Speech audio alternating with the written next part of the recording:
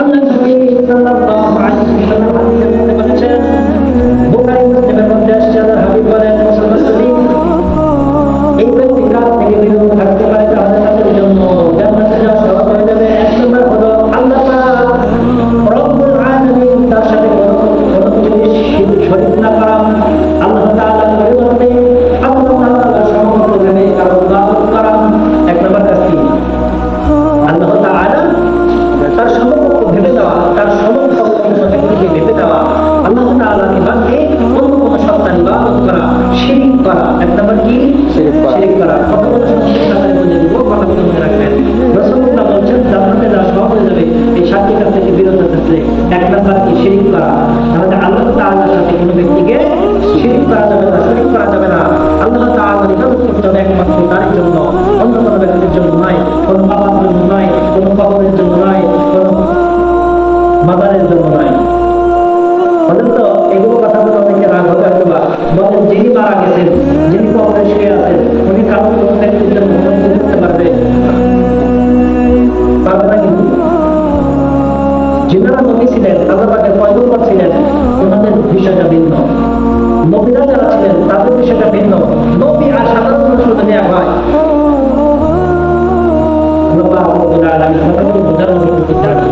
এক নম্বর শিরিক করা। তো শিরিক অনেক রকম শিরিক রয়েছে। এক নম্বর হচ্ছে আল্লাহ তাআলার পরিবর্তে অন্য কাউকে সিজদা করা, অন্য কাউকে ইবাদত করা। আর অনেক শিরিক আছে, কথার মধ্যে শিরিক আছে, বিস্তারিত বলতে যাব না। তাহলে শিরিক করবেন না। দ্বিতীয় নম্বর জাদু করা। কি করা? জাদু করা। জাদু করা। এই জাদু করে অনেকেই সংসার ভাঙে, আছে না? অনেকে গাছ করে, অনেকে বিভিন্ন ধরনের ফর্মুলা ব্যবহার করে মানুষের মধ্যে অসন্তুষ্টি, মানুষের মধ্যে ঝগড়া বিবাদ তৈরি করে দেয়। আসলে কিন্তু জাদুবিদ্যা এটা ইসলামিক মাজায় হারাম কাজ, নিষিদ্ধ কাজ, অত্যন্ত বৈধ এবং অত্যন্ত খারাপ একটি কাজ। এই জন্য দ্বিতীয় নম্বরে বলা হচ্ছে এই জাদুবিদ্যা করবেন না। জাদুবিদ্যা করে কোনো ব্যক্তিকে নষ্ট করার চেষ্টা করবেন না। আরেকজনের মধ্যে, আরেক মুসলমানের ভাইয়ের মধ্যে আরেকজনের মধ্যে তৈরি করার চেষ্টা করবেন না। তিন নাম্বার অন্য কোনো ব্যক্তিকে অন্যায়ভাবে হত্যা করা। অন্য ব্যক্তিকে যে বিষয় নিয়ে আলোচনা করবো, কাউকে অন্যায়ভাবে হত্যা করা।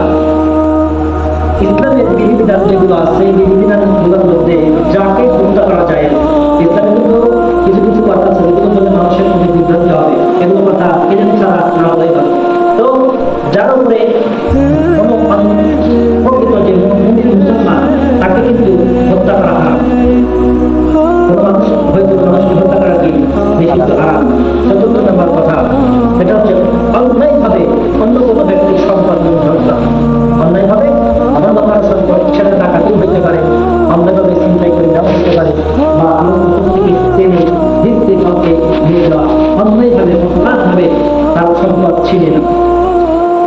রাসূলুল্লাহ সাল্লাল্লাহু আলাইহি ওয়াসাল্লাম বলেছেন, কোন মুসলমানের সম্পদ অন্যায়ভাবে চিন্তাই করবে না, কোন মুসলমানের জন্য এটা হালাল হবে না। যদি কোন মুসলমান অপর কোন মুসলমানের সম্পদ হালাল হয় তাহলে একটা উপায় আছে, সেটা হলো ব্যবসা।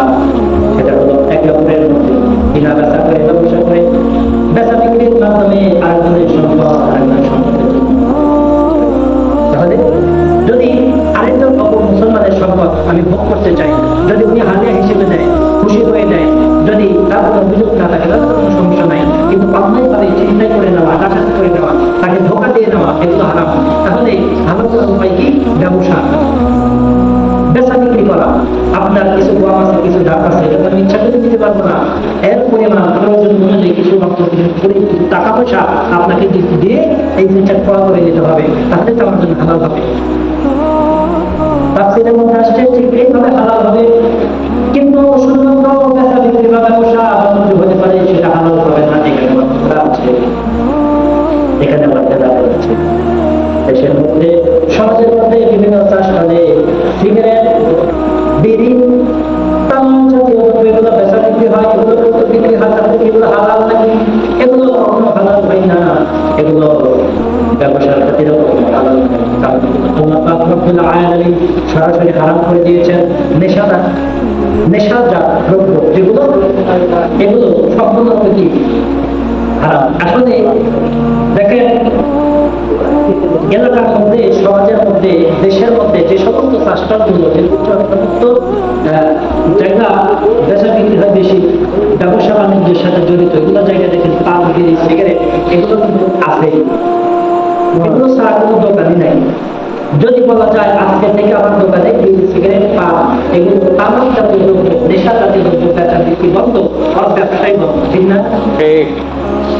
এটাই সত্য, এটাই বাস্তব। কারণ মানুষ এটাই খায়, যেটা মানুষ খায় না, যেটা কোনো পশু খায় না, যেটা কোনো পশু শুকিয়েও দেখে না। এক জায়গায় একটা গাছের গাছ যদি লাগায় দেখেন, ওই গাছ কোনো বেড়াও থাকবে না, কোনো কেউ থাকবে, কোনো পশু কিন্তু খায় না। দেখছেন কিনা? কোনো পশুই খায় না। আমাদের কাছে কোনো পশু খায় না, কিন্তু আশ্চর্য মাত্রকার আল্লাহ যাকে সর্বশ্রেষ্ঠ সৃষ্টির জীব হিসেবে তৈরি করছেন, সে কি বলতেছেন যেটা পশু খায় না সেটা পশু, মানুষ না। যে কথাটা আমি বলতে চাচ্ছিলাম, নিজের দেহকে, নিজের সম্পদকে ধ্বংস করে দিও না, নিজের জীবনকে ধ্বংস করে দিও না। রাসূলুল্লাহ সাল্লাল্লাহু আলাইহি ওয়াসাল্লাম আদেশ করেছেন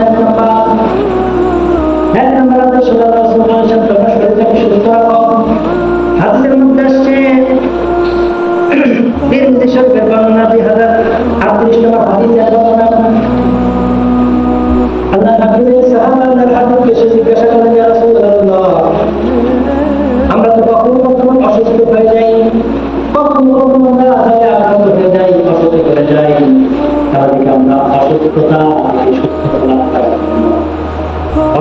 থেকে সুস্থতা লাভ করার জন্য আমাকে চিকিৎসা গ্রহণ করব কিনা? রাসূলুল্লাহ সাল্লাল্লাহু আলাইহি ওয়াসাল্লাম বললেন, অবশ্যই তোমরা সুস্থতা অর্জন করার জন্য, অসুস্থতা থেকে সুস্থতা লাভ করার জন্য তোমরা চিকিৎসা নেবে। সাল্লাল্লাহু আলাইহি ওয়াসাল্লাম বলেন, আল্লাহ রাব্বুল আলামিন দুনিয়াতে আমাদেরকে পাঠিয়েছেন কত মানুষের কত রোগ অথবা সৃষ্টি করেছেন। একটা কথা শুনে রাখো, আল্লাহ রাব্বুল আলামিন দুনিয়ার জন্য এমন কোনো আবিষ্কার করেন নাই, এমন কোনো রোগ আল্লাহ পাঠান নাই প্রতিষেধক, যে রোগের চিকিৎসা বা ঔষধ আল্লাহ রাব্বুল আলামিন দুনিয়ার জন্য। তাহলে রাসূলুল্লাহ সাল্লাল্লাহু আলাইহি ওয়াসাল্লামের কাছে এসে সাহাবী জিজ্ঞাসা করলেন, ইয়া রাসূলুল্লাহ, আমাদের আল্লাহ সৃষ্টি করেছেন, পৃথিবীতে আসছি, আমরা কখনো কখনো অসুস্থ হই, কখনো জ্বরে আক্রান্ত হই, কখনো আমাদের শরীর ভালো যায়, কখনো খারাপ যায়। আমরা যখন অসুস্থ হয়ে যাব, এই অসুস্থ হয়ে যাওয়া অবস্থায় আমরা কি করব? আমরা কি চিকিৎসা দেব? রাসূলুল্লাহ সাল্লাল্লাহু আলাইহি ওয়াসাল্লাম বলেন, তোমরা অবশ্যই চিকিৎসা নেবে, অবশ্যই তোমার জন্য চিকিৎসার ব্যবস্থা গ্রহণ করবে। কারণ চিকিৎসা দেওয়াটা কি শুনো, নবীরাও দিয়েছেন, নবীজি ঝাড়ফুঁক করতেন, এবং এই চিকিৎসা তোমরা দেবে। এবং এই চিকিৎসা এমন একটা বিষয়, আল্লাহ পাক দুনিয়াতে যতগুলো লোক পাঠিয়েছেন, যতগুলো লোক আল্লাহ পাক দিয়েছেন মানুষের শরীরের মধ্যে, এমন কোনো রোগ নাই যে রোগের ওষুধ, যে রোগের প্রতিষেধক আল্লাহ পাক সৃষ্টি করে নাই। তাহলে এমন কথা হলো, ক্যান্সারের জন্য কেন নাই? বিজ্ঞানীরা গবেষণা করে নাই, গবেষণা করে পায় নাই, হয়তো নাই, এই জন্য নাই। কিন্তু এমন কোনো রোগের প্রতিষেধক নাই আল্লাহ পাক দুনিয়াতে নাই, এমন কোনো ওষুধ নেই, হয়তো বোঝা যায়। তাহলে এখান থেকে কি বোঝা যায়? অনেকেই অনেক ধরনের কথা বলতে পারে, অনেক মতামত থাকতে পারে যে আল্লাহ পাক সৃষ্টি করছেন, আল্লাহ পাক ব্যক্তি দিবেন, এত বাড়াবাড়ি করে কিনা। তো নিজে চিকিৎসা নিয়েছেন, আপনি চিকিৎসা কেন নেবেন না? আপনি কেন এত রোগ কি করেছেন? হ্যাঁ, চিকিৎসা তো অবশ্যই নেবেন। এমনকি এই কথা বারবার এই কথাগুলো আলোচনা করতে গেলে এসে যায়, এমনকি আপনার জীবনে সংখ্যায় চলে গেছে, জীবন মৃত্যু হয়ে যাবে। এখন দেখা যাচ্ছে হারাম ঔষধ, হারাম বস্তু দিয়ে তৈরি ঔষধ, হারাম পদ্ধতি তৈরি ঔষধ, এমনকি যে চিকিৎসা আপনি নেবেন, এই চিকিৎসাটা সম্পূর্ণই কি হারাম। কিন্তু আপনার জীবন যে চলে যাচ্ছে, জীবনটাকে বাঁচানোর জন্য, জীবনটাকে অসুস্থ থেকে সুস্থতা লাভ করার জন্য, অন্য সবার জন্য, শুধুমাত্র অন্য সময়ের জন্য, আপনার সুস্থতা থেকে অসুস্থতা থেকে সুস্থতা লাভ করার জন্য, রোগ থেকে মুক্তি লাভ করার জন্য, জীবনটাকে বাঁচানোর স্বার্থে, চিকিৎসার স্বার্থে যদি আপনি অন্য সময়ের জন্য হারাম কোনো বস্তু, হারাম কোনো খাদ্য, হারাম কোনো চিকিৎসা, হারাম কোনো পদ্ধতি আপনি অবলম্বন করেন, ওই মুহূর্তে ওইটা আপনার জন্য যায়। এটাকে বোঝা গেছে। অনেকে চিকিৎসা করতে গিয়ে হারাম হওয়ার করে আমার জীবনে বাঁচতেছি না, আমরা তো হারাম অবশ্যই হালাল স্পষ্ট, হারাম স্পষ্ট মেনে চলতে হবে জীবন থাকা পর্যন্ত। কিন্তু যেখানে যতটুকু যেভাবে আমাদেরকে বুঝে দেওয়া ছিল ততটুকু আমাদের জন্য সীমাবদ্ধ, কতটুকুর মধ্যে থাকতে হবে। আপনি ভোটার করেছিল ভারতকে হারাম খেতে পারবেন, ভোটার করে আপনি আপনার সম্মত থাকার পরে আপনি কেন হারাম খাবেন? এখানে বোঝার বিষয়। ইসলাম কঠিন নয়, ইসলাম আমরা কঠিন মানে সেটাই। আল্লাহ রাসূল সাল্লাল্লাহু আলাইহি ওয়াসাল্লাম বলতেছেন যে যদি কোনো সুস্থ সবল থাকে, যদি চলাফেরা, খাবার দাবার, পরিবার পরিচালনা সবকিছু স্বাভাবিকভাবে হয়তো বোধহয় ভালো, হালাল হারাম থেকে বেঁচে থাকো। আর যদি অসুখ হয়ে যায়, যদি হারাম কোনো পন্থা অবলম্বন না করে জীবন বাঁচবে না, এমন কোনো অবস্থা হয়ে যায়, তখন ওইটুকু সময়ের জন্য ওইটুকু চিকিৎসা তার জন্য কি যায়, এবং তার জন্য হালাল। তাই বলে সবার জন্য না, যেগুলো তার জন্য। আল্লাহ রাব্বুল আলামিন কথাগুলো আমাদেরকে বোঝার মতো শিক্ষা। জীবন বাঁচাতে আমাদের জন্য কিছু কিছু কাজ রয়েছে। এটাও হাদিসের মধ্যে আসছে, আল্লাহর হাবিব সাল্লাল্লাহু আলাইহি ওয়াসাল্লাম সাহাবা জারির রাদিয়াল্লাহু তাআলা আনহু থেকে বর্ণিত দাউদ শরীফের হাদিস 337 নম্বর হাদিসের বর্ণনা। আল্লাহর হাবিব সাল্লাল্লাহু আলাইহি ওয়াসাল্লামের সাহাবা এবং তার সাহাবীদেরকে নিয়ে কিছু খায়বার যুদ্ধে অংশগ্রহণ করেছিলেন। খায়বার যুদ্ধে অংশগ্রহণ করে আল্লাহর হাবিব সাল্লাল্লাহু আলাইহি ওয়াসাল্লাম সরাসরি কাফের মুশরিকদের মুখোমুখি হয়ে গেলেন। কাফের মুশরিকদের সাথে যুদ্ধ কিছুক্ষণ চলাকালীন সময় সকাল থেকে সন্ধ্যা পর্যন্ত আল্লাহর হাবিব সন্ধ্যা থেকে বাসায় ফিরে আসলেন, তার তাবুতে ফিরে আসলেন এবং অন্য সাহাবীরাও ফিরে আসলেন। কিন্তু এখানে একটা ঘটনা ঘটে গেছে। আল্লাহর হাবিবের সাহাবা এই যুদ্ধে গিয়ে, এই সফরে গিয়ে আল্লাহর হাবিবের সাহাবা মাথায় পাথরের আঘাত থেকে, পাথরের আঘাতের কারণে তার মাথা আঘাতপ্রাপ্ত হয়ে রক্ত করতে শুরু করে, অনেক বেশি পরিমাণে রক্ত করতে শুরু করে সে আঘাতপ্রাপ্ত হয়ে যায়। আঘাতপ্রাপ্ত হয়ে যাওয়ার পর তার মাথায় ব্যান্ডেজ করা, সে তো আর কোনো কাজে তার মধ্যে বসতেছে না, অসুস্থ হয়ে গেছে, মাথায় সমস্যা। মাথায় কি আঘাতপ্রাপ্ত, পাথরের আঘাত লেগে তার মাথা কি হয়ে গেছে, একটা অসুবিধা হয়ে গেছে, অসুস্থ হয়ে গেছেন তিনি। মাথার আঘাত কি পায়ের আঘাত না হাতের আঘাত? মাথার আঘাত,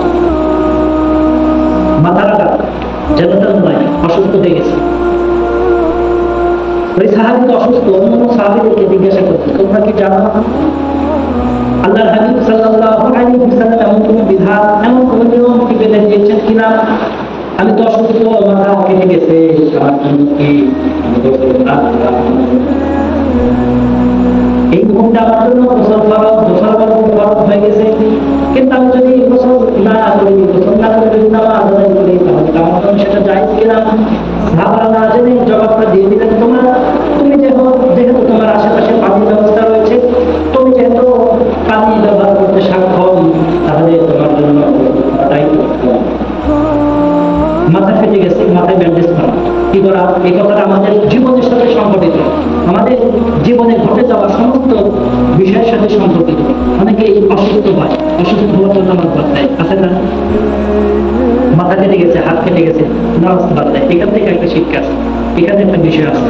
তো ওই সাহাবী বলতেছেন যে আমার তো দুর্ঘটনাবশত মাথায় আঘাত থেকে মাথা কেটে গেছে অনেকখানি, আমার অসুস্থ, মাথায় ব্যান্ডেজ করা, তো আমার উপরে তো গোসল ফরজ হয়ে গেছে। এখন আমি যদি গোসল না করি, গোসল না করে যদি আমি শুধুমাত্র তায়াম্মুম করে আমি যদি নামাজ আদায় করি, তাহলে কি হবে কিনা? অন্য সাহাবীরা জবাব দিলেন, তুমি তো পানি ব্যবহার করতে সক্ষম, তোমার পানি ব্যবহার করতে হবে, গোসলই করতে হবে। সাহাবীদের এই কথা জবাবে সে আর কোনো বিচার বিশ্লেষণ না করে গোসল করতে যায়। গোসল করার পর পানি ওই কাটা থেকে লেগে অসুস্থ ইনফেকশন হয়ে সে মারা যায়। কিভাবে মারা যাওয়ার পর আল্লাহর হাবিব সাল্লাল্লাহু আলাইহি ওয়াসাল্লামের কাছে এসে ঘটনা সম্পূর্ণ করে বললেন। আল্লাহর হাবিব সাল্লাল্লাহু আলাইহি ওয়াসাল্লাম বললেন, তোমরা অন্যায়ভাবে একজনকে হত্যা করে ফেলেছো। কি বলে দেখেন, তোমরা অন্যায়ভাবে একজন ব্যক্তিকে, একজন নিরপরাধ মানুষকে হত্যা করে ফেলেছো। তোমরা যদি কোনো বিষয় না জানো, তোমরা যদি কোনো বিষয়ে অজ্ঞ থাকো, তোমরা যদি কোনো বিষয়ে মুখ থাকো, যদি কোনো বিষয় না জানো, তাহলে তোমরা কেন জিজ্ঞেস করে নিলে না? অজ্ঞতার প্রতিষেধক হলো জিজ্ঞাসা করা। অজ্ঞতার প্রতিষেধক, অজ্ঞতা ঔষধ হচ্ছে জিজ্ঞাসা করা। জেনে না, আপনি একটা বিষয় জানেন না, আপনি ভালোভাবে জানেন, যে জানে তাকে জিজ্ঞাসা করেন। আল্লাহ তো কোরআনেই বলে দিয়েছেন যে যারা জানে তাদেরকে জিজ্ঞাসা করো। সাহাবী যখন বলতেন তোমাকে গোসল করতে হবে, তখন শিক্ষিত গোসলগুলো করে তার মাথায় যে আঘাতটা ছিল মধ্যে এই আঘাতটা প্রকট হয়ে গেল, সে অসুস্থ থেকে মারা যায়। রাসূলুল্লাহ সাল্লাল্লাহু আলাইহি ওয়াসাল্লাম এই ঘটনা শুনে সে বললেন সরাসরি, তোমরা অন্যায়ভাবে নিরাপরাধ একটা মানুষকে তোমরা হত্যা করে ফেলেছ। সে অসুস্থ, মাথায় ব্যান্ডেজ করা ছিল, সে গোসল না করে সে যদি অন্য অঙ্গগুলো হাত পা সমস্ত দেহ ধুয়ে ফেলে শুধুমাত্র মাথা যেখানে ব্যান্ডেজ করা এখানে যদি মাথায় করে নিত, তাহলে তার জন্য প্রাপ্তবিদ্ধতা হাসিল করা এটা সম্পূর্ণ হয়ে যেত, তার জন্য নামাজ পড়া হয়ে যেত, তার নামাজ হয়ে যেত, শুধু তাইম করে সে নামাজ পড়লে নামাজ হয়ে যেত। তাহলে তোমরা যে মাসালাটা দিলা এটা জেনে না জেনে মাসাল দেওয়ার কারণে, না জেনে কথা বলার কারণে এই ব্যক্তিটা মৃত্যু হলো। তোমরা অন্যায়ভাবে তাকে হত্যা করেছো। এখান থেকে কি বোঝা যায়? দেখেন, ইসলামটা কিন্তু আমরা কঠিন মনে করি, তাই না? কত মাসালা, 70-75টা মাসালা আসলে আমরা বুঝতে চাই না। আল্লাহ দরকার বললাম এটা একটা মাসালা, হাত তুললাম এটা একটা মাসালা, এইভাবে 70-72-75টা মাসালা আছে, 2 রাকাত নামাজ। আমরা মনে করি কি কঠিন, তাই না? আসলে ইসলাম কঠিন নয়, আমরাই কঠিন করে নিয়েছি। রাসূলুল্লাহ সাল্লাল্লাহু আলাইহি ওয়াসাল্লাম সাহাবা যুদ্ধে গেছেন, তার সাথে এক অঞ্চলে এমন একটা অঞ্চলে চলে গেছেন, তার মাথা ফেটে রক্ত বেরোচ্ছে, যে অসুস্থ, ব্যান্ডেজ করা। তো সাহাবীরা বললেন যে তুমি গোসল করো। গোসল করার পর সে মৃত্যু হয়ে গেল। কিন্তু আল্লাহ রাসূল সমাধান দিয়ে দিলেন পরে, সে যদি গোসল না করে শুধুমাত্র তায়াম্মুম করে অন্য শরীর অঙ্গগুলো যদি পরিষ্কার করে সে যদি মাথায় করে দিত, তাহলে তার জন্য সেটাই উচিত হতো। তাহলে এখান থেকে কি বোঝা যায়? যতক্ষণ আমার সামর্থ্য আছে, যতক্ষণ আমার শক্তি আছে, ততক্ষণ চূড়ান্ত আল্লাহ এবং আল্লাহ রাসূল যেটা বেঁধে দিয়েছেন সেটাই আমাদের জন্য মানতে হবে। কিন্তু যখন দেখবো যে আমার স্বার্থের বাইরে চলে যাচ্ছে, এটা আবার এইভাবে নেন না যে আমার স্বার্থের বাইরে চলে যাচ্ছে, চাকরি বাকরি পাচ্ছে না এদের সুদ খাইতে হবে, বেতন পাচ্ছে না এদের সুদ খাইতে হবে, এই জন্য হারাম বস্তু খাইতে হবে, এত সহজ মনে করে নিন। জীবন বাঁচানোর তাগিদে আল্লাহ রাসূল বলতেছেন যে চিকিৎসা ক্ষেত্রে তার জন্য এটা যায়, কিন্তু আপনার জন্য না। এই জন্য ইসলাম ধর্মটা এটা এমন একটা ধর্ম, সবার ক্ষেত্রে সমবন্টন, ইনসাফ যেটাকে বলে।